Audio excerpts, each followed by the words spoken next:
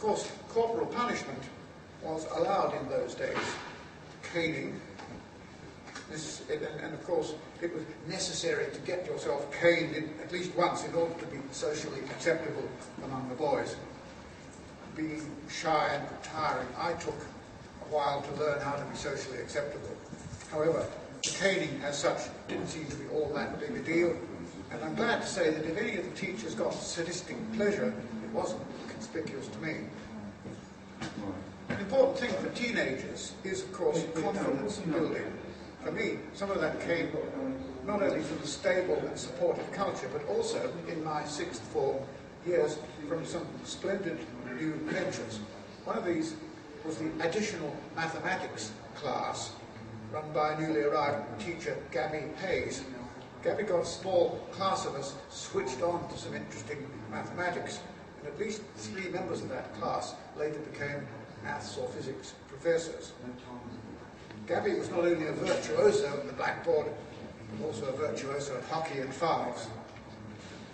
Another new venture that meant a lot to me was in school music.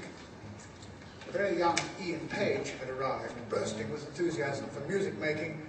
Ian was soon busy masterminding, encouraging and cajoling us into putting on, I could hardly believe it at the time, a fully staged production of Gilbert Sullivan's HMS Pinafore.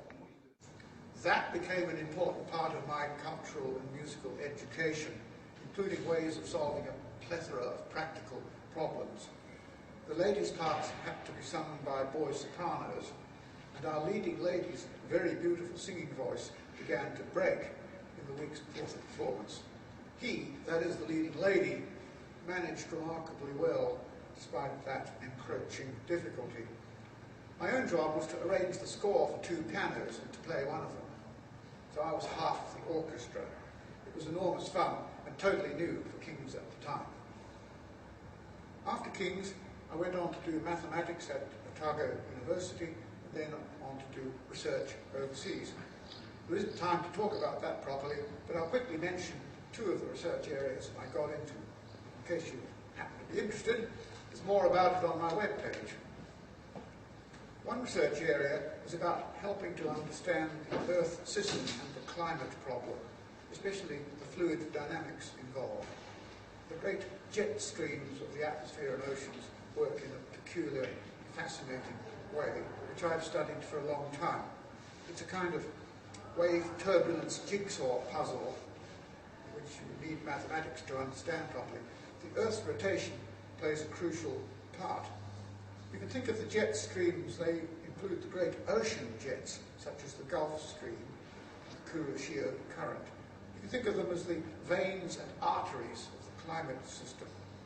For instance, atmospheric jet streams hugely influence not just aviation fuel costs, but also, for instance, whether or not you get floods in Pakistan. Well, just quickly now, another research area of mine is an entirely different one. It's about how music works and how it's deeply connected with mathematics. I'm talking about abstract mathematics now, higher mathematics, if you will, not just numbers. You might think that that's unimportant, but if so, you'd be wrong. It has great practical importance. The way music works gives a powerful insight into how communication works. So it's relevant to what these days we call communication skills. If that makes you curious, take a look at my webpage. You can find it by using the word lucidity, or better still, to bypass all the web pages on lucid dreaming, which I'm fascinated but irrelevant. You can Google the exact phrase, quote, lucidity principles, unquote. Well, the very best of luck to King's High and to every one of you. Thanks for listening.